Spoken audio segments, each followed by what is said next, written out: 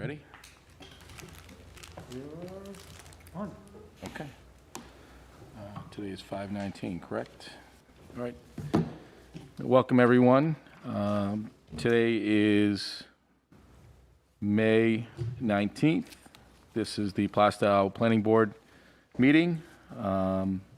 We will start with a roll call of this evening's participants. Charlene, if you could take that. Tom Alberti. Here. Tim Moore's absent, excused. Absent and excused. Okay. Laura Millette. Here. Karen Robinson. Here. Maxanne Dobson.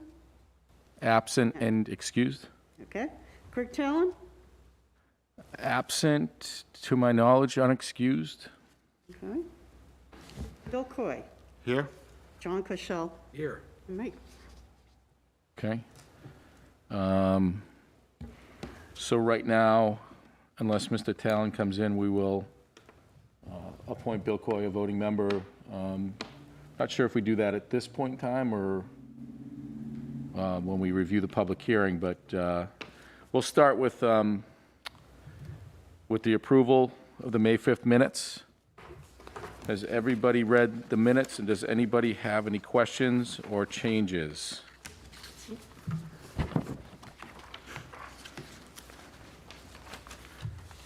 All right. Any changes? No?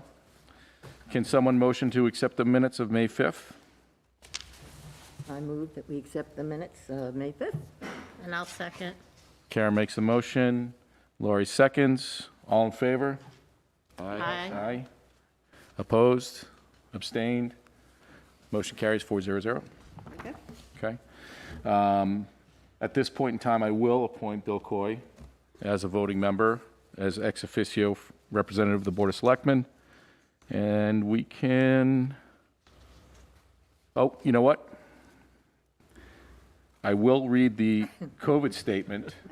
I do have a question though, Bill, and maybe you have some information, John. I'm not sure if you've had any discussions with the town hall. Has there been any discussion about changes or potential changes to the COVID-19 emergency executive order, or how the town is going to approach sort of our meeting setups and arrangements, anything like that you know of? Last I saw, it's going to stay this way, being revisited again in a couple weeks. Okay.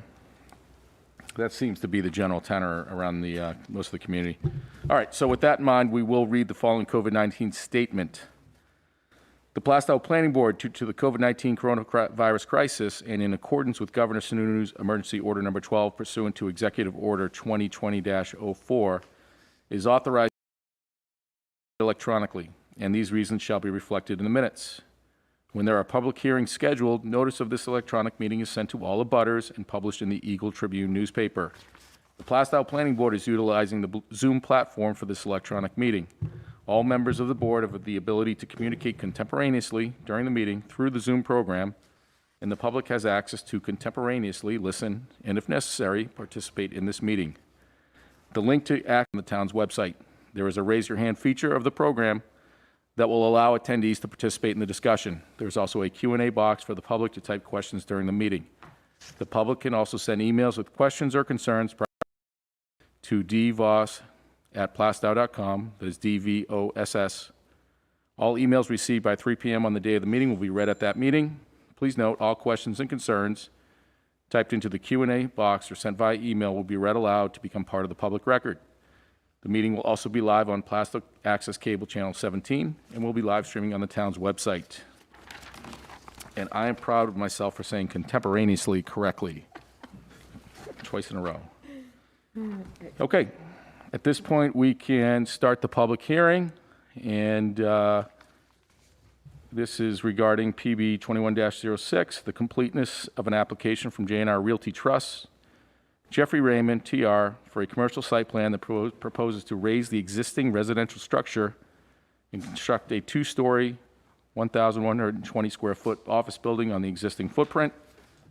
The plan further proposes a 1.5-story, 3,400 square foot, 4-unit trade business building, related drainage, landscaping, lighting, and parking. The property is located at 190 Plaistow Road, tax map 44, lot 2, in the C3, formerly C1 zoning district. The applicant is the property owner of record. If the application is found to be complete, the planning board may immediately conduct the public hearing. Okay. Charlie, would you like to Sure. take the reins? For the record, Charlie Zilch from SCC and Associates. Online with me, I believe, is Bill Hall from Civil Design Consultants. He's the support, did the drainage and a lot of the grading work for us on this project. And again, I'm here on behalf of J&R Realty Trust, owned by Jeffrey Raymond, for the site plan here, this application at 190 Plaistow Road. So you might want to turn your attention to sheet 2 if you're looking at a plan in front of you, and I have it up on the screen right now, the existing conditions plan. And I'll just go a little bit further into some of the detail you just read into the minutes. So this is a residentially utilized site located within the commercial 3 zone. Currently, the site supports one single-family dwelling, which is now long since been vacant, supported by access from both Route 125 and Old County Road. You can see there's access points from both those road frontages. The lot itself is 1.1 acres in size, contains 271 feet of frontage on Route 125, and then you have 100 feet of frontage on Old County Road. So it has nice frontage on both. There's no wetlands anywhere on the site, and the soils range from basically well-drained to excessively well-drained soils throughout the site. It is in an aquifer protection zone. It's not within shoreland or a flood zone, so just one overlying district affects the property. So if I could direct your attention to sheet 3, that's the site plan. So the intent of the application is to convert the site from the residential use to a commercial use.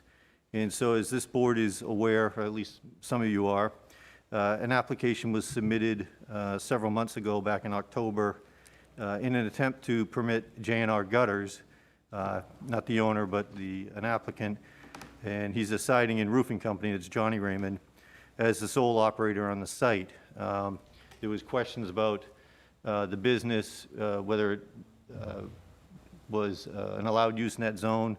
The building inspector chimed in, and he deemed that the use is a contractor's storage yard, which is not allowed in what was the C1 zone. So that required us putting in an application to the Zoning Board of Adjustment to seek relief. We applied for a couple different variances on it. Both those variances were denied. They went back in for an appeal on those, and both of those were denied again. So this is basically a revised application. J&R Gutters is, at this time, not allowed use for the site. So Jeff Raymond, who owns the property, has decided to come back in and propose a site plan for allowed uses. And so the new application, much like before, is to provide space for up to 4 trade businesses. So as before, the plan is to raise the existing dwelling and then construct a 2-story, 1,120 square foot office building within the existing footprint. Behind the proposed office space, there'll be a 1.5-story, 3,400 square foot, 4-unit trade business building. And there are floor plans on one of the last sheets. I think it was 9 or 10, if you wanted to take a look at that. But still, while we're looking at sheet 3 here, so the office space in the trade business building will support trade businesses as defined by the Town of Plaistow zoning ordinance, Article 2, Section 220-2, which gives examples such as electrician, plumbers, HVAC contractors as potential tenants. So that's the intent of this application. The owner of the property, J&R Realty, will rent space to businesses meeting the definition as allowed. Obviously, the building inspector would have to review each one of those as they came forward for tenancy on the site. So the plan, as it's designed, will allow for each business to have up to about 4 employees, which means 2 in the office perhaps and 2 in the trade business. And we have adequate parking space, maneuvering, and storage for all. On the site, you have 28 parking spaces, as well as space for some of the equipment out behind the building and such. So the access to get onto the site is going to remain the same 2 points that currently exist. The driveway from Route 125 will be the main access with right turn in and out, and the driveway at Old County Road would be exit only. The District 6 from DOT had looked at this initially for us, and they made the request that we make the entrance from Old County Road only an out access due to issues with vehicles coming in off of 125 and queuing in and having problems with that, so we agreed to do that. So the only two-way access will be the one on 125 and just one way out onto Old County, which resolved that problem. So if I could direct your attention to the next sheet, which is sheet 4. If you have questions on this, this is where Bill would come in. This is his design. So to capture the stormwater runoff from the increased impervious area, right now the site's about 7% impervious, and with the improvements, the pavement, the buildings, we're going to be at 46% proposed here. Bill from Civil Design put together a very comprehensive drainage design that captures sheet flow into a series of catch basins, which in turn direct the flows to an infiltration basin located in the southwest corner of the site. You can see where that is. Basically what he did is throughout the middle of the site, the parking areas, he has a series of catch basins, and then they basically direct that stormwater flow, like I said, into the southwest corner. There's a nice infiltration basin. The soils are well designed for this sort of thing. Bring it in, the stormwater flows, treat it. Hopefully most of it will infiltrate, and pretty substantial storm events. There is an outflow or an emergency spill off of that, but for most storms, it'll be nicely infiltrated in the back. He also designed infiltration trenches along the limits of some of the parking for additional treatment and containment of the runoff. Erosion control will be utilized throughout, as you can see on the site plan. So, as you can see, accommodations are made for such items such as waste containment, lighting, which is minimal, landscaping. We'll have some pretty generous landscaping around here. We've got a couple residential properties, one on Old County and actually two on Old County that we have a pretty good buffer around. And then we have commercial on the south side on 125. But all of those require buffers, and we meet the town's requirements. So like I said, the plan set, pretty comprehensive. It's 10 sheets. If you want to take a minute to kind of thumb through it, there's details of all the erosion, the drainage, there's details of all the infrastructure, there's details of the buildings, test pit, and I have the septic design included as part of the plan set. There's 2 state approvals required for this.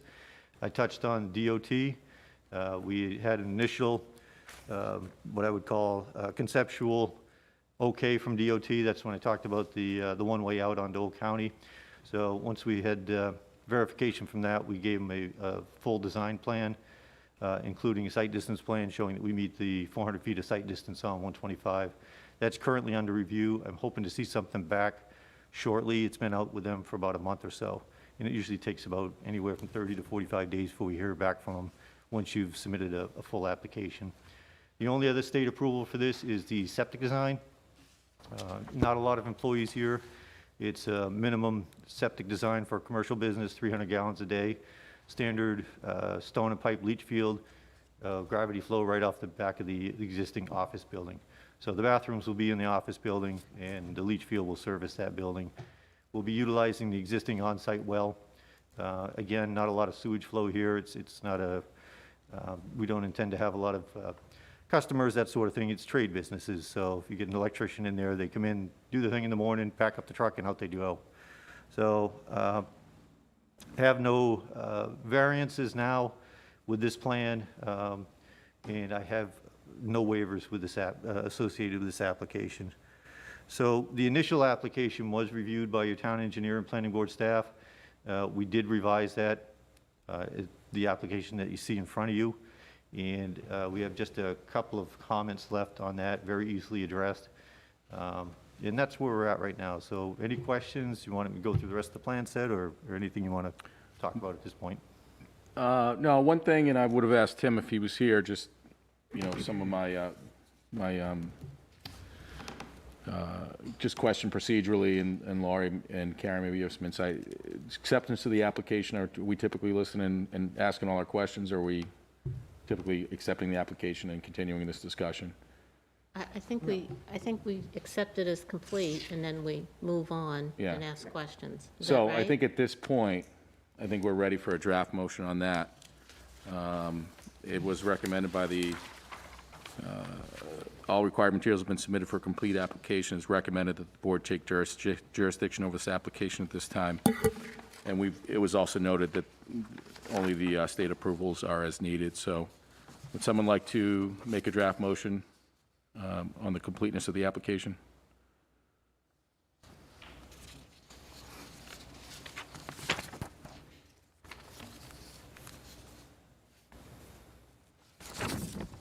Does this sit on the back of the first page? Yes, it looks like it, yeah. It should be the first one on the first page. Up top on the second page, I'm looking at it.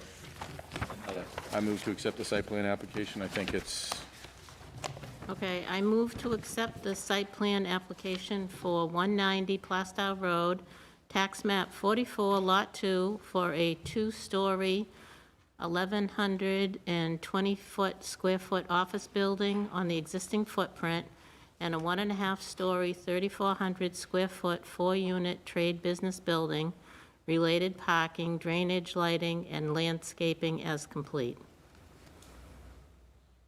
can I get a second? Yeah, I'll second. Bill seconds. All in favor, say aye. Aye. Aye. Opposed? Abstain? Motion passes 400. Okay, we can continue discussion. So, Charlie, we're looking at a 3,400 square foot building. Initially, that was proposed as a large building, potentially for contractor purposes, storage of materials.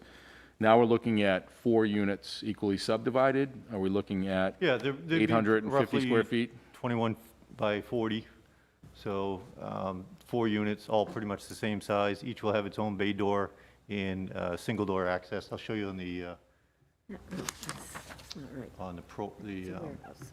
building plan here. Yeah, so we're looking about 850 square feet apiece. Yeah, roughly. Yep. Okay, That's the facade as if you were standing in the north looking south into the building. the office building, do we know if that is going to be in support of the trade businesses that move in, or is it going to be used otherwise? That's the intent. The intent is to have office space for each one of the trade businesses. Okay. Any anticipated use by the landowner for J&R gutters, or at this time? The only thing that he would be allowed on this site is office space.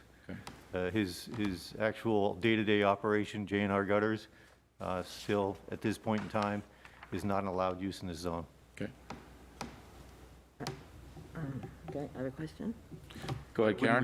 It wouldn't restrict him from having office space and display space, that sort of thing. But Okay, like I said, his operation could not be on the site as of this standing.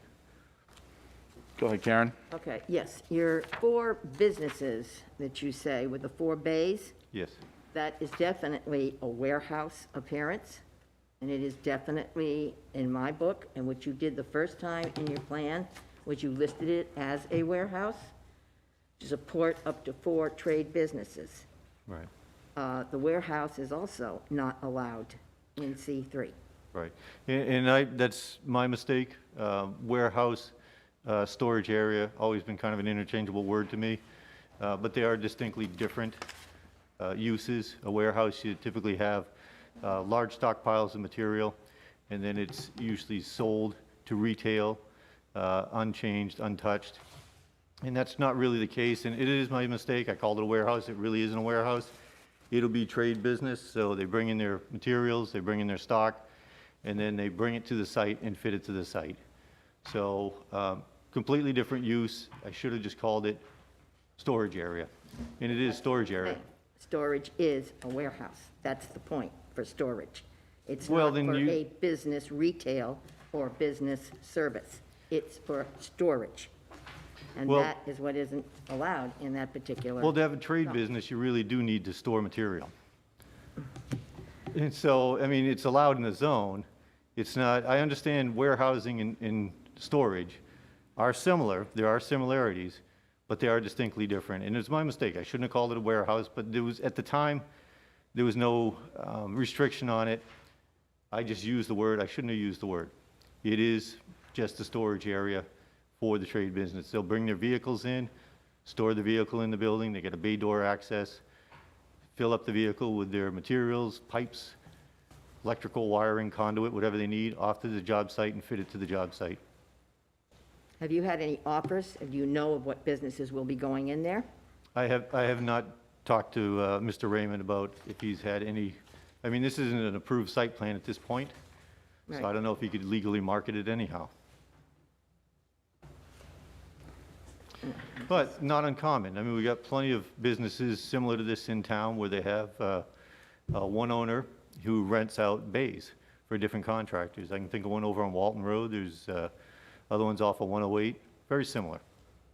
But not on C3. That was my point. C1 is allowed to do that, and that's where we've been telling everybody to go. Well, Like your C3 tire still, stores, like your C3 still product. allows for trade businesses. And But the so this trade is a businesses- proposal for a trade business. Your building inspector has reviewed it and agrees. Right, this was one I wanted to drop completely off of it. We had a meeting, and everybody said, if it's just for examples, such as electricians, plumbers, and air conditioning, contractors, they have a business. They have an actual store or site, is what it refers to, is what I was told.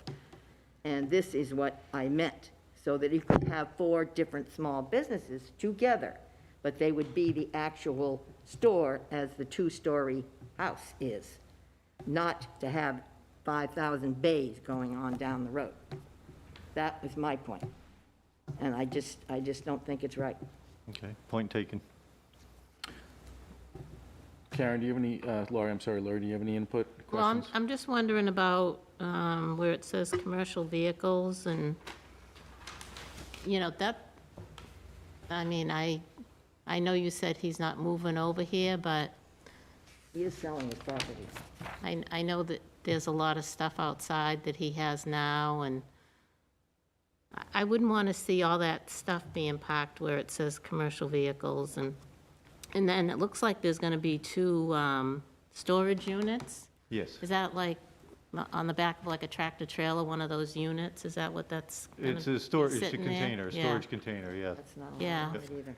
As far as I know, there's no restriction on those, other than that they need No, to be permitted and no. they need to be on the site plan. No, I'm not saying that there is or anything. It's just, this area, we were trying to get away from that type of look for, 125, where we have everything outside and,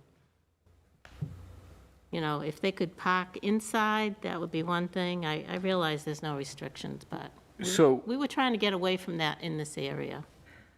right now, it's listed as portable storage container spaces. Do we know if there's plans to put the portable storage containers there?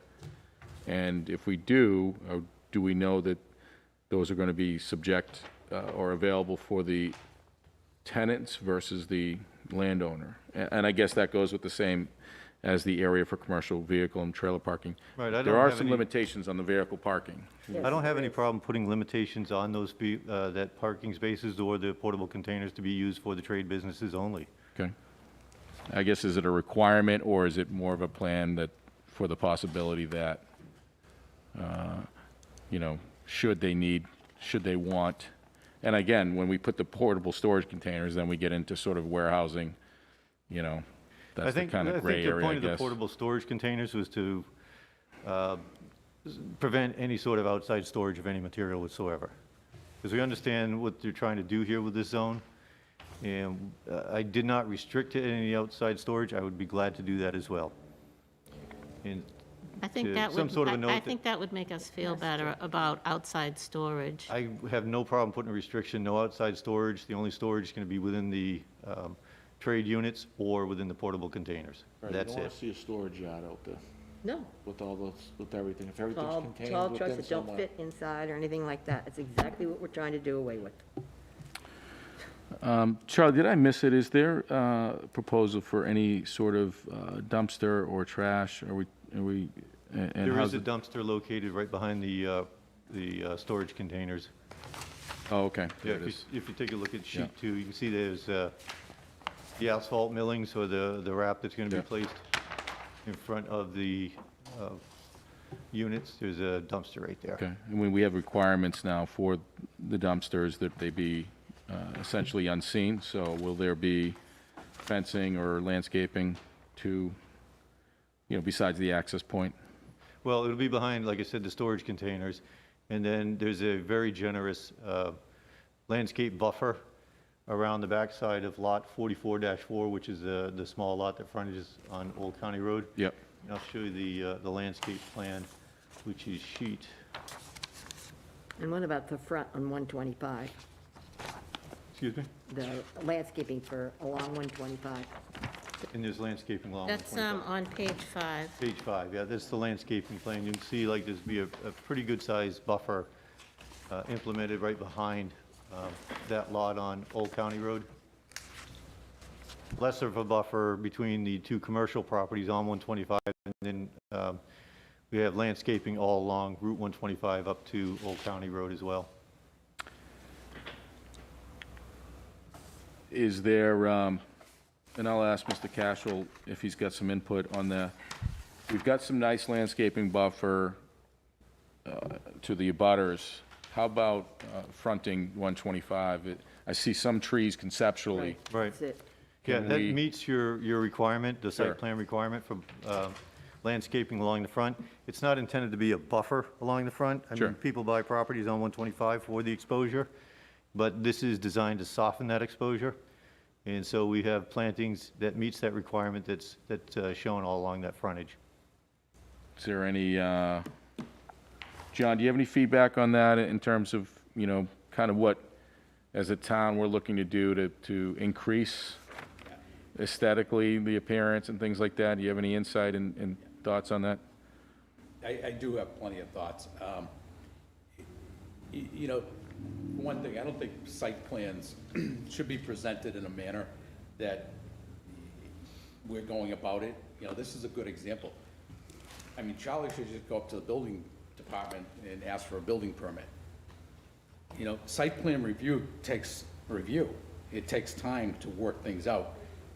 Board members are concerned about, trying to improve the aesthetic value of commercial development along 125, and especially getting into the C3 zoning district. So, this isn't, you're not selling any cars on the property, right, Charlie? No. Okay, and there's no outside storage. That's really important, no outside storage. These storage units don't lend any aesthetic value to any presentation of a property. So if you're going to allow for them, they should be well hidden, so they're not sticking out like a sore thumb, looking at everybody. I had a property the other day. We did everything we could to beautify the property. And the owner came in with a big trailer, one of these storage units. They don't have permission to do that. I mean, and then some sites, they put them 2 stories high. Before you know it, they're the dominant structures on a property. So, I mean, if you're gonna put them on the property, at least hide them from the traveling viewing public. Yeah. Or build the building bigger.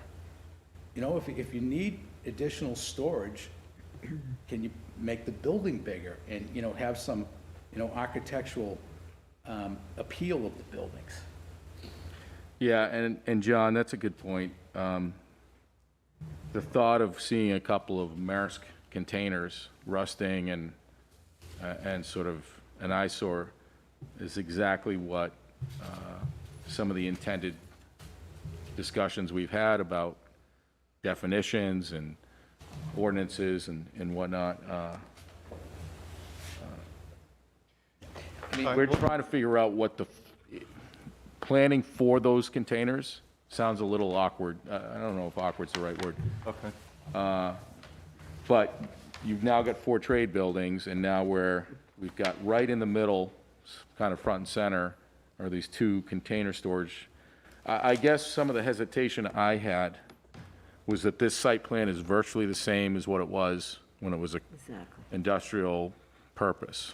And so minus the subdivision of that one building. And so I get that, our code enforcement officer will make sure that there is no, sort of unintentional use that is against the code. But with that being said, is there anything that can be done regarding those storage containers? Are they necessary? Okay. And if not, is that something that the landowner would consider taking out? Okay. I'm not going to be looking for any sort of an approval tonight, okay? I understand your concerns. What I'd like to do, once we've finalized discussion, is to continue and allow me to go back after, like I said, after we finalize discussion tonight with all of the board's concerns and see what we can do to make this site and the use here something more amenable to what you're trying to do in the C3 zone. I understand what you're trying to do. But do understand you have MB Tractor just right across the street. Pretty industrial looking place, and then this right across.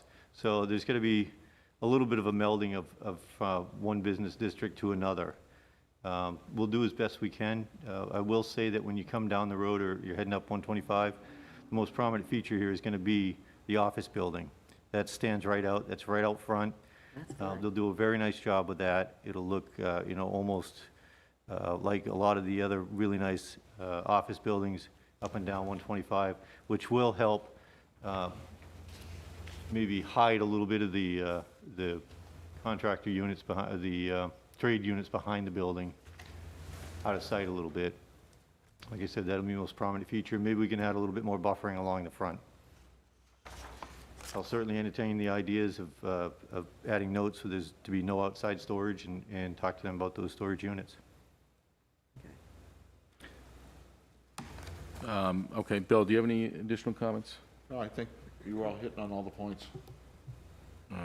Some of the things that Mr. Keach represented, there was some question about the boundaries. Everything seems totally fine there because they took the conservative route with their plans. Also, it was noted that on sheet 4, there's some questions about the riprap pad or apron. It sounds like that's something that you'll be able to address. Is that correct? Are you aware of that? Yeah, just a minor change. Sure. And I think that there is also some concern regarding the exit onto Old County, particularly the ability to go, I believe, left, coming across, heading away from 125. The potential sight lines, traffic coming across 125, you kind of come up and then come down. Okay. So it's a safety concern, I think, that was addressed. You've already addressed it once by not, if I say address one more time, someone slap my hand. But you've already talked about how this was adjusted versus an entrance and an exit to just an exit. Right. How about just an exit with a right turn only option? A right turn out onto 125 then, directly to 125? Yes. And what is the concern? It's a sight line? Are you talking about Old County or 125? Old County. Old County. Okay. That's an in or an out? That is Just only an an out. out with a left turn and a right turn. Okay, why couldn't you make that the in and make the 125 an out, Because what the problem was, if you're coming south on 125 right? and you turn onto Old County Road to go west, To the light, yeah. yep, you take a right. If there was vehicles turning into the site off of Old County Road, turning into that, they could possibly stack there, and cars coming off 125 wouldn't have the ability to stop on time. Okay. So it's a queuing issue is what the state calls it, queuing with cars. Okay. So they didn't like that, and also coming in from Old County Road with some issues too, should there be cars backed up along, waiting to get out onto 125 as well.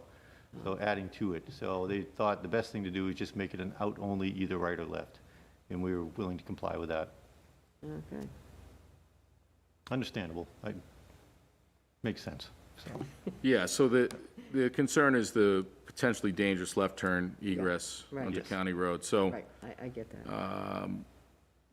if you're coming from 125, you take a right, or you're coming from across 125 via Old County. Exactly, If exactly. you come across, again, some of it, in my knowledge, it kind of comes down. Goes right If the across. timing is, Yeah. dangerous. Right. Right, you can have Yeah, I someone mean, taking a at left. busy points during the day, our office is diagonally across the street here. Yeah. And you'll see cars stack up on Old County Road on occasion, especially during peak traffic hours. And so, like you said, someone coming across from Old County or turning south from 125, trying to get into the site, it's a standstill, and Yeah. it creates an issue, a hazard there. Someone on the board may have better knowledge. Oak County is a 25-mile-per-hour road. It does have no truck limitations. Do anybody No recall the through weight? trucking. No, it's no through trucking. Okay. Right. Something to note, I know we're not talking about, a contractor truck now at this point, hauling a load of materials, but some trade businesses do have some larger vehicles. Yes, that was my next question on that. The sentence reads, it does not include businesses, they say the other businesses now, landscaping or construction or contractors. It typically calls for the outdoor storage, which is what we're talking about even for this business. Right. Of materials. That was my concern mostly. Okay. That it was going to be just back again to a junkyard that's going to be stored out there because they're either construction contractor machines or trucks that can't be put inside a building, because that's what we were eliminating. Okay. And like I said, I could work with the property owner and come up with some restrictions on outdoor storage. I think would make the board a little less anxious about the site. Right. And the hours of operation, I either need better glasses or, I can see it says 6, but what does it say on the other end? I 6 to thought it what? said 6 to 6, Oh, okay, all right. I didn't know what that number was on the other side. 6 a.m. to 6 p.m. Yeah, okay, thanks.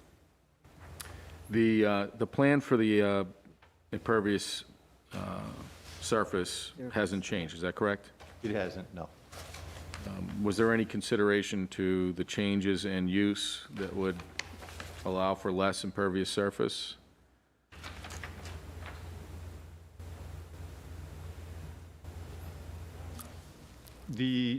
Honestly, not really, because I think if you look at, just trying to back in and out of the bay door access, it's kind of nice to have that fairly generous apron in front of the building to give you maneuvering room to straighten out the vehicle and be able to back straight into it and not interfere with other vehicles. And then we just had additional commercial vehicle parking off to the west side of the building on that, out behind the trade units. And what is that going to include for parking? Again, we can put restrictions on that. Just keep it to perhaps no bigger than a box truck or something like that Okay. that you'd find with a trade business. Yeah, what's the size of that area? What would it technically allow for and that kind of Okay. thing? Yeah, I And could take a are we look at that. talking- I mean, there's gonna be limitations, right, to how big each bay is, especially Exactly, if they have storage in there, so the vehicle can only be a certain size. exactly. That's true, yeah. Yeah, and even if it's not a vehicle that would access through the bay, if it's just a work vehicle, serviced out of the bays, how many, what size, what purpose, that kind of thing. Okay. Any other input? Mr. Cashel, Mr. Coy, Laurie, Ms. Millet, No, Ms. I'm all Robinson? Yes, Mr. Cashel? Thank you. Charlie, you know the area of the right-of-way along Plaistow Road? Yes. Okay. Are you proposing to landscape that in the manner of grass or anything, or is? Yeah, that will be all grass. Well, there's the infiltration trench. Yeah. Let me go to that, which is basically just a stone trench, so that we have to leave kind of exposed. So anything beyond that, we can put in, we can have plantings, and that'll be grass from around all the trees that we're proposing. We do have a decorative landscape areas on either side of the parking lot, one on to the right of the entrance as you come in, and then another one where we could fit one to the left of the parking area. I mean, some landscaping plan that the state would allow you to put within that right-of-way, you know, whether it's grass or, you know, a mixture of shrubs and grass, that would go a long way to helping out with creating a landscape buffer for the front and improve the appearance. That one decorative landscaping closest to Old County Road, fronting along Plaistow, you just have to move that into the actual area on the plan. Oh, I see, it did get moved over, didn't it? Yeah, it drifted into the parking space. I did comment, Charlie, you know, I know it's a site that the people are gonna wanna get in and out of as quickly as possible, but I really don't see the total need for that driveway. I know the curb cut exists already, but the curb cut driveway so close to the intersection, and it's a signalized intersection of Plaistow Road with Old County. You know, I don't, ideally, I don't see the need for it, but I did comment to the board in preparation for tonight, that left turn egress, you know, could be an accident waiting to happen. You know, that's a tough movement, and it's so close to that intersection. There's a lot of car movement going on in that area. And so you're gonna introduce a left turn westbound onto Old County Road when you have incoming traffic pretty much at any time in accordance with the light. So they're gonna be going from Plaistow Road onto Old County Road. They'll be accelerating at that point in time, and all of a sudden, boom, you know, you have a left turn car coming out from behind a queuing car at the intersection, you know, and it could be a truck. So, you know, you really do create, you know, a blind, kind of a dangerous situation there, I'm sure. Okay, you're talking if a left turn on that exit? Yeah. Okay. Yeah. All right, let me take a look at that and perhaps talk it over with people in District 6 and Danny, your road agent as well. What I did comment to the board is that if you put a triangular island at that driveway, if you guys are gonna come back with a driveway there, I don't see the problem with the right-hand turn in and a right-hand turn out. With the triangular island actually prohibiting anybody on Old County Road that might try to take a left in. You know, if somebody's gonna do that movement, they're gonna do it anyway, usually. You know, they're either confused or they just, you know, they aren't concerned with making an illegal turn, but that's rare. But what I'm getting at is the ideal development of this particular site is that one driveway, especially for this type of use on Old County Road. That's my suggestion. The only other thing I did comment to the board on was the asphalt millings as opposed to either impervious bituminous or pervious bituminous, but you'd have to adjust your drainage design accordingly to handle more stormwater runoff if you went from the millings to an asphalt surface. There would be an increase, yes. Yeah. The only concern I have is that a lot of times the millings just don't stay in place. They get dragged around everywhere and, you know, it's not the best looking. Okay. I mean, in the last point, really, I know there are other businesses around that you compare what they look like compared to what you want, and, you know, this is gonna be new and everything else, but what the board's trying to make sure that the development community realizes that we're really trying to improve the aesthetic value of all the properties that come before us, especially along this commercial corridor that stretches for miles through town. You know, and you change a town one project site at a time. And over time, you make a big difference. So, you know, with everything that's being proposed, and, you know, every site along 125 is really up for redevelopment when you really look at it. So for this board, it's really important to delve into these site plan review design criteria matters, because it does matter. You know, and you can continually beautify Plaistow as you go along, one lot at a time. And sometimes we'll be dealing with 3 or 4 lots at a time being combined into a larger development, you know. But we want to really work with everybody to move Plaistow in that direction of more landscaping, more beautification, you know, more aesthetic appeal. That's why I commented earlier, you know, we're not a rubber stamp, you come in with a plan, because you could take care of that stuff at the building department. You know, site plan review is an important issue, and that's why planning boards are so into it. Yeah, one of the things I've talked about, part of my motivation for joining the board, you know, I look at, and I've said it 2 or 3 times, so forgive me if I'm repeating myself, but you look at a community like Hilton Head where the Subway sandwich shop looks the same as the art, you know, store, or some other high-end antique, you know, shop or something. Not saying that we need to do that, but, you know, it adds the aesthetic value. Part of the intention, as mentioned by Karen, for C3 was to get away from these one-off, sort of aesthetically unappealing businesses. Not to say that we have any issues with the businesses themselves, but, you know, make it a part of Plaistow that we can be proud of versus another business representing an eyesore location. So anything that can be done that limits those issues or those concerns with trucks and storage containers and, you know, things like that, I think is part of the motivation for the change in zoning. The board would be very welcome to any recommendations or suggestions or ideas about how you can meet some of those questions. So one other thing I think that came up along the way was snow storage. I know we accounted for a certain amount of snow being moved over to that location. Are there provisions for snow removal should there be required? You know, we get 120 inches of snow in February like we did a couple years back.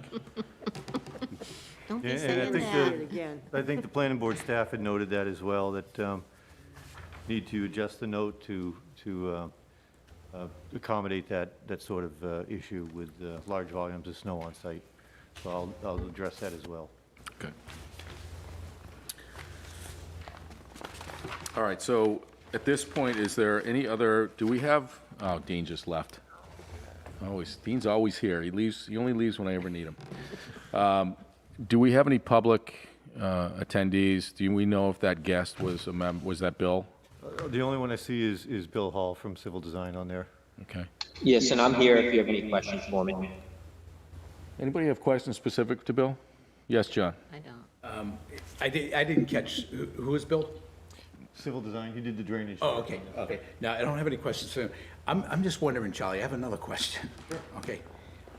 Because a lot of this stuff has to do with architectural design and everything. Is there any way that the owner could be persuaded to get rid of some of this metal? Yeah. You got a metal roof, you got metal siding. It was in my mind the whole time we're talking. I'm kind of getting the gist of what it is that we're looking for in this zone. Yeah. And so it's something I'm going to certainly ask the property owner if he'd have any consideration for that. Yeah, I mean, I know it's elongated going away from, Yeah, it's, you know, the front of their office building. If you could come in with something that has some, you know, architectural appeal to it. Right, You know, put a couple of dormers on there, you know, just really break up all this metal, Okay. you know? No, certainly suggest it. He would be really doing the town justice if he would improve the aesthetic value, looks, and appearance of the building, too. I don't want to sound too picky, but I am picky. We're trying to achieve something here. Yeah, and John, I mean, a good point. It's adds to the value not only for the town's aesthetic appeal, but for the structure itself. structure itself. All right. So at this point, are there any other questions from the board, from the public? We do not have anybody from the public here.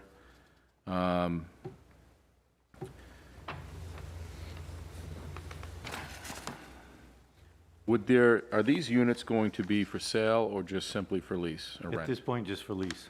Does that require condo docs? No, until you convert them to individual ownership, then Okay. we'd have to come back in before the board for condominium conversion. Sure. Okay.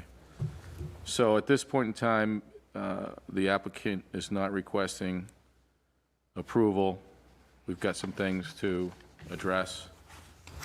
So with that in mind, are we prepared to continue the public hearing to a later date? Yes. Which would indicate, and I'm sorry, I'm going to look at my calendar. June. 16th. Thank you. So at this time, do we need a a motion to continue to the 16th? I think you just continue it as the chair. Okay, well, Yep. how about, We've got the power yeah, to we'll make use the it. statement. Yeah. All right, this application will continue, public hearing on June 16th.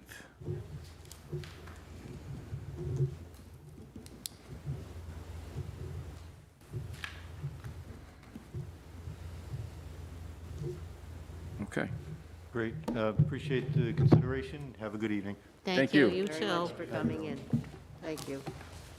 Okay, so that concludes the public hearing portion of our meeting.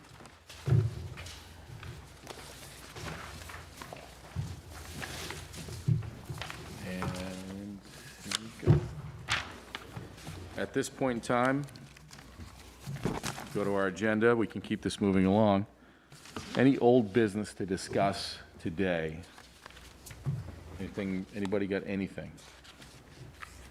Mr. Cashel, anything? Is it me or is it warm in here? It is warm in here. It's cooler than the building I spent all day in, Yeah. which the heat was going in, when I got in there this morning, blasting. So, Are you, or maybe you're just feeling the pressure of the board today? no, it feels warm though, you know. The mask doesn't Thanks, help. Tom. I was upstairs and, it's like 90 degrees up there, so what happened? The air conditioning's not kicking in. I don't think so- it's even on. I don't think so. It was warm here Monday Yeah. night, too. Yeah, I was gonna say, I think Yeah. it's been warm. Well, today's the day to put them on, I think. Yeah, I just put mine in. Yeah, Just put it in the window. yeah, it's, yeah, it's hitting us, you know. It's probably gonna get warmer by the, Yes, it All right, is. well, I think that John is saying, let's move it along and close the meeting. But on a serious note, I've already, and if any, John, if you got any new business, we certainly want to hear if there's any communications or updates, please pass along. I will state that next meeting is our workshop meeting. I've already put for two agenda items, one being a continuation of our discussion regarding the master plan. So we'll move that forward. The second piece is a conversation and a revisiting of our policies and procedures. I think that it's good as a new board or a new configuration of a board, right? And we've had a few meetings, and here we are. We've done some things well and maybe not so well. So this will be a great time. Let's go by the book, look at our policies and procedures, talk about everybody's roles, and then work as an effective board that we're all on the same page. So that's going to be part of our workshop review. And, you know, like I said, I'm always open to anybody between our meetings or even at the next meeting saying, hey, I think that this would be a worthy discussion. And, you know, I'm open to agenda additions. Okay. So that's really all I've got for now. I guess, is there any additional updates? not an update, but I really do think it's great that we're going to continue spending time on the master plan, you know, because there's so many checklist items that, you know, the only way they're actually gonna get done is to pay attention to them, you know, and create an action plan for us to accomplish. Because otherwise, it really does just sit there. You know, and, you know, somebody might mention it during a meeting, but, you know, we're not really paying attention to it enough to do what's expected of us that's included in the master plan. You know, and Tim is an absolute necessity, you know, because he really is into it, and he likes checking off items that are accomplished. Sure. So so hopefully you'll be able to join us, and keep us on the straight and narrow. Yeah. Right. I did ask him, I know, my understanding was that he had chaired the CIP under our prior chair, which is typically the planning board chair's role. I asked him if he would like to continue being the chair. He agreed and said yes, he would like to, so he's going to continue to chair the CIP. He'll set the meeting dates and agenda. I'll be the additional member with the CIP as well. That's just more of an FYI. I think it's not too early, not only to think about what we can do for the master plan, but also what can we accomplish this year as a board. You've set aesthetics, I've set aesthetics, we've all set aesthetics, so what can we do to maybe make our vision on that more comprehensive and more demanding of developers? I think that's via warrant article, or zoning, definition changes or something along those lines. So let's start thinking about, are there any large, again, C3 was a major accomplishment for the board that I think the people of the town asked for, and we made it happen. So I think that that's what we have to look at this year as well. One of the most effective ways of dealing with them is like when a guy like Charlie does come in and present, we start thinking about things, it's like, wait a minute, you can design a better looking building. It's going to increase the value of your property, for one thing. It's going to increase, the pride of the owner. And it's going to really help out the town with further development, because people drive by and they say, wow, this is nice. You can tell they've taken the time. They put design parapets up, they put dormers there instead of, just this blank sheet metal building that doesn't have any aesthetic value. And we really are trying to improve the whole aesthetic value, especially in the new C3 district. That's what we want, that transition of smaller buildings that have architectural appeal, instead of, these sheet metal buildings that they'll put up anywhere, and, you see them, people putting them up in their backyards, these monstrous garages. Well, yeah, you can put a building up for less than $100,000. It's gonna take care of all your storage needs, but it's gonna blow away the neighborhood's appeal, and everybody's gonna be mad about it. These things, Well, like I'm not, these trailers too. yeah. I mean, Yeah, they can't have the trailers. there's nothing worse than those things. And to come in here and to present that on a site plan, No. that should be prohibited, period. That's not part of any site plan. That's when somebody, tries to get away with, putting some added storage on a property when no one's looking. And that, My feeling is that those were holdovers from the commercial, industrial contractor yard intent. Right. So, I didn't even see this application or anything, and the staff report's all ready to go for an approval. It's like, what? This site needs a lot of work. yeah. It's like I said before in my comments. Didn't we, the last time we looked at it, nobody liked that driveway there. Well, I don't even think we got to it, right? It went in, Yeah. and then when we were preparing to discuss, it was withdrawn because Peter Blanchett had noted it was not within the allowable use. So I don't know that we even discussed it, but it may have been discussed in some manner. Just kind of briefly, nothing. Was it? Yeah.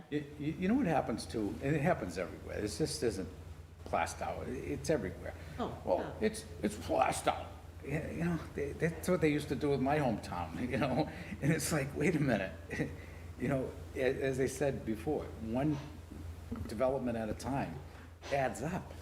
When I first started in this business, when I was in movement, they didn't even think of landscaping. They didn't even present it. The same thing in Hudson, went up there, landscaping? What? It's like, you don't practice landscaping? But nothing improves the appearance of whether it's a house or a commercial property than, nice landscaping. goes a long way, you know? Yep. The And- actual It building, does. too. Yep. Yeah, and then, you know, building design. Yep. So in your professional opinion, what as a board can we do that, not just a one-on-one discussion, hey, would you mind redesigning, or hey, would you mind putting some more trees in? What can we do as a board to require different types of design and different types of more landscaping? Now, for one thing, I think he got the message. Sure. I do, too. You know, that we're not accepting this stuff anymore as, Right. you know, a rubber stamp. We're not rubber stamping anything.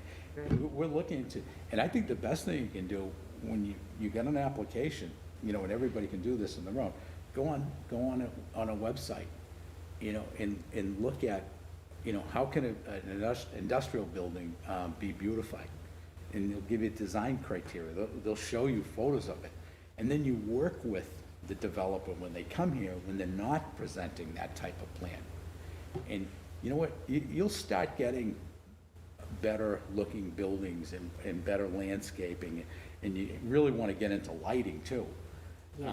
You know, exterior lighting goes a long way, and that's a big part of everything. You want to make sure all lighting is cast down, that it's night friendly. Out everywhere. You know, and it's not being cast off into abutting properties. Like, they have these wall-mounted lights. I want to make sure he realizes that, you know, we want to make sure those are hooded.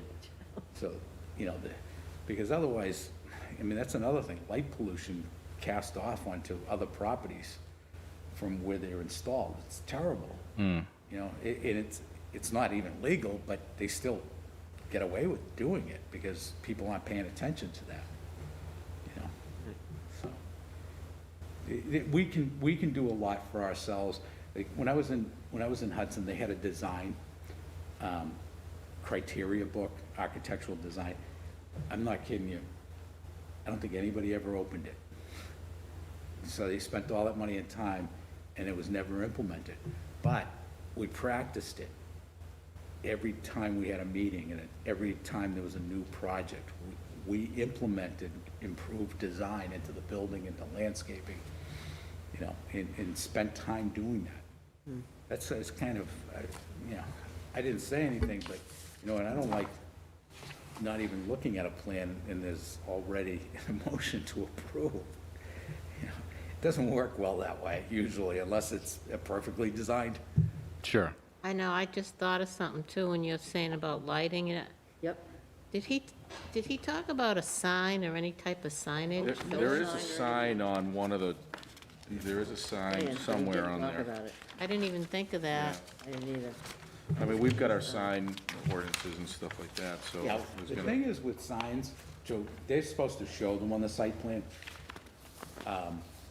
A sign, the jurisdiction of a sign is the building department. Right. If it complies. Otherwise, ZBA. But they're supposed to show it, at least give us a glimpse of what it looks like as part of the site plan review. That jurisdiction, you know, a lot of planning boards think they have the authority with the signs, but No, none of Yeah. us. not unless it's been authorized by statute, by bylaw. But Yes. most of the time, it's with them. That's true. If you look at sheet 3, and I don't know how much we can continue to discuss, because our, you know, but just as a reference, sheet 3 has, page 3 has a freestanding business sign and a building-mounted business sign, so we can make sure we Yeah. address that. Yeah, we'll ask him when he We'll comes, ask him when we'll he ask comes him when he back comes again. back. Right. Doesn't mean it's You gonna know, be and approved then either. most of the time, they are willing to work with us. Sure. Because they have to get to the end zone, you know, so they have to work with us.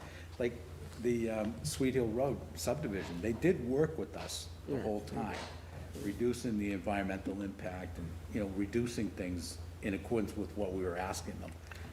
These guys will do the same thing, but you have to ask. All right, that sounds good. I attended the OSI training on Saturday. I was looking for all your names. I'm Did just you kidding. learn anything? Graduation? Well, a couple comments. You know, Mr. Buckley he's a land use guy. That's Yeah. what he's done for years. And so when he was at our presentation, I think he went to the well, and a lot of his examples when we had our own training here at the Public Works Building Yep. was similar, maybe a little bit more in detail. I did stump him, though, and I'm very proud of that. He's been around a long. I know. Good for you. So I felt proud of that. He was talking about how essentially one community can't build something and that affects another community without working with the abutting community kind of thing. And I mentioned, what about on a state, state abutters, New Hampshire next to Mass? And what comes to mind is, essentially that we were just dealt a hand by Massachusetts up at the 125 New Hampshire-Mass border, and we just had to deal with it. And I know that there's not a whole lot that maybe we can do today, but I always wondered to myself why there wasn't more that we could have done to just, alleviate some of the problems that all of that development and multiple traffic lights and everything else. Maybe I'm just beating an old drum, but we kind of get stuck with it, and it's a mess. So I don't want to see it happen in more detail or even get worse than it can, and I don't even know if it could get worse. But I just felt like we had, from what I talked to people in the past, it was like, well, it was Massachusetts, they did what they wanted. Yep. So I don't know. Another situation like that is exit 36 on Route 3. Most of it's in Massachusetts, Chelmsford, yeah. but it services Pheasant Lane Mall and everything. Yep. And 10 years ago, they tried to start working together, both states, both DOTs, come up with a plan to improve that totally inadequate slip ramp and on and off ramp. And still nothing's been done. And I'm a commissioner in Georgetown for the Merrimack Valley Planning Commission, and Tony Kamarick is the MPO guy for Merrimack Valley Planning Commission. And I'm at the table all the time. I'm like, are there any plans to improve this interchange here? What happened was, though, Methuen started that 93 interchange improvement project on their own. They weren't going to wait any longer for Mass DOT to help out. So they started that project to a point, they pushed Mass DOT, the governor, into action and to take over that plan and to implement it. So they designed it, they started the construction without authorization. They pushed the limit. In here, obviously, that interchange is in Massachusetts.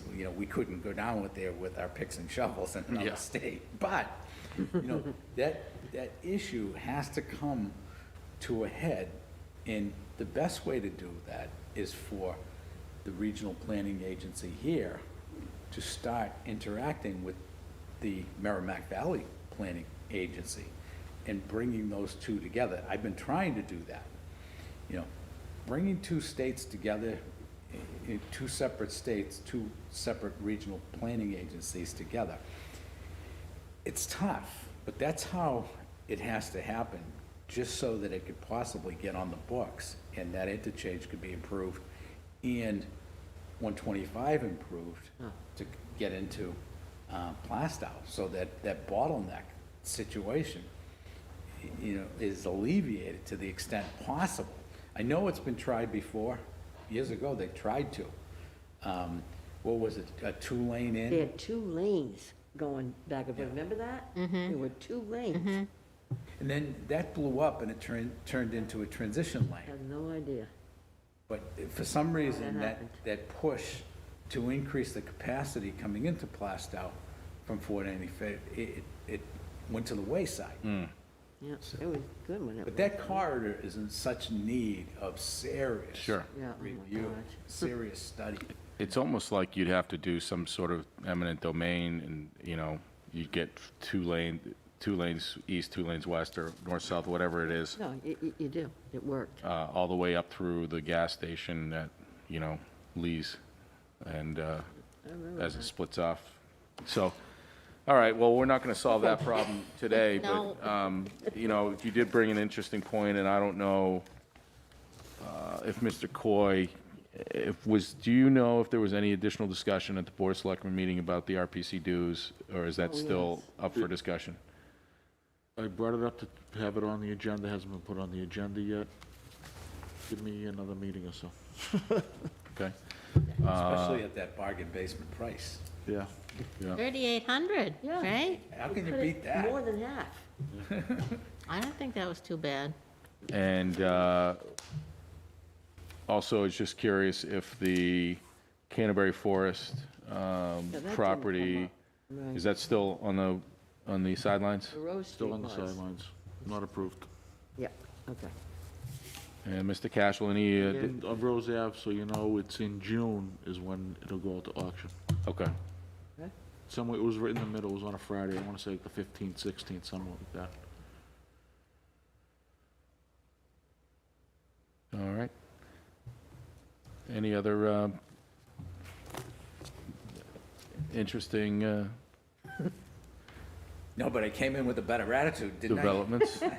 That's always an interesting development. I try.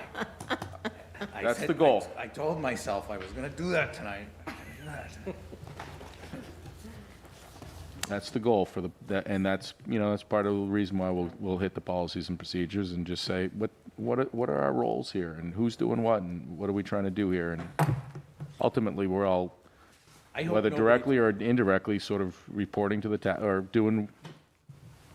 representing the taxpayers of the town. Right, we're representing the people. So, I learned as much as everybody who read my comments after the last meeting that I sent to everybody a week ago Friday. I learned a lot, because you never get into that situation with votes. I mean, it's so rare that hardly anybody realizes, what a 2-0-3 vote means, or 2-0-0, 202. 2.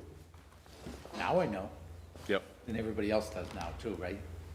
But our council didn't really realize that either. It actually was somewhat talked about at the OSI training and sort of responsibilities of board members and when, things like when you recuse, when you don't. For example, one was I asked the question, if you were on social media as a citizen, basically said, I am for Product J or I'm against Project A, and then you say, oh, you know what, I think I'm gonna run for the planning board, and then you get on the planning board, and then Project A comes up as an application, well, you've actually already stated your opinion on the matter. Yeah. And therefore, it was strongly worded by Mr. Buckley that you should recuse yourself from the project. It was an interesting conversation, because I think it happens quite often. Yeah, when I first started, there was an attorney on our board, and I did learn a lot from him, but I couldn't understand him at first. He wouldn't talk to anybody about anything. And in order to be an impartial judge, and you're supposed to establish impartiality with every project. And then, once you have all the information, then you can derive at a decision based on the facts, based on what's been presented. But if if you have a biased opinion, you don't like that project, no matter what they say, whatever they do, I'm not voting for it. You need to try to get to a point, and it's the same with me. You gotta put politics aside, put all these prejudices or whatever aside, and just stick with the facts, the presentation, and be impartial right down to the end. And then you decide, wait on the facts of the matter. So it's really important to always be impartial and stay that way until you have to derive at a decision, till all the facts. And you're not supposed to communicate with, the abutter that might be a friend of yours, and talk to them, blah, blah, blah. You can talk to them, say hi, but you can't talk about a project that's before the planning board. And this is what I'm getting at. This attorney was so stringent on that. And I was still like, why are you so like that? Well, that's what this position really, truly, legally requires. Yeah. And one of the points is on that, is as planning board members, because of those rules and laws and things, but a lot of the things that come before us, we don't have time to have discussions, you know. Planning department has pre-construction meetings and things, and you get to ask some questions and go back and forth. This is our first opportunity to have discussion, so we're probably gonna ask more questions because we don't, it's not like we could have a pre-planning board meeting. So I think that, you know, listen, I've watched some other planning boards in action. I'm sort of proud of the way that everybody here conducts business because it's so much more professional than some of the other ones I've seen, let's put it that way. Not that we're the best, but I saw a night and day difference, so yeah, I think that, again, it's important that we all sort of, maybe it's gonna be a little bit slower. Maybe it's not a question that the next person over would ask, but that's okay. We'll get through it, part of the discussion. You know, in planning too, over the 35-plus years or whatever that I've been involved in it, they've always stressed ethics. You know, and I always wondered early on in my career, you know, this is such a boring subject, you know, but it's of so much importance in this business, you know, ethical standards. You know, it's like it's exactly like our justice system. It's so important for judges to be impartial, for jurors to be impartial. You know, you don't want to send anybody to the chamber that's innocent, or, you know, decide the wrong way on something, you know, for whatever reason. So it's it's a big time responsible job what we're doing. You know, we're judging and creating the future for Plaistow, and we're judging projects as they come before us. And our job is to make sure that, you know, to the scale and character of the community, that the project is proposed and approved. You know, making sure that use is allowed in the zoning district. Well, that should be the zoning interpreter telling us, the building inspector telling us that the use is allowed in the zoning district, therefore they can apply for a site plan, or therefore they can apply for a special permit. And once they get that go-ahead, as far as the zoning determination, and that can be appealed, and we know that, it can be appealed to the ZBA. So if there's a disgruntled party about a zoning determination rendered by the building inspector, that can be hashed out in the ZBA. But when it gets to us, that issue is supposed to be resolved when it goes before us. We're only supposed to be dealing with projects that have the legal right to come before us for site plan approval, special permit approval, or subdivision approval. You know, and that has to be decided before they come before us. We shouldn't ever be here in a position, you know, trying to decide, well, why are you here? You know, who made the decision? Where is that decision? That decision should be in writing and done by the statutory official, who is the building inspector. A lot of towns don't operate like that. And, you know, people come before you and you scratch your head. Why are you here? I think you need a special permit. You don't need a site plan approval. But that's supposed to be in writing already, in that decision rendered, and it's set in concrete.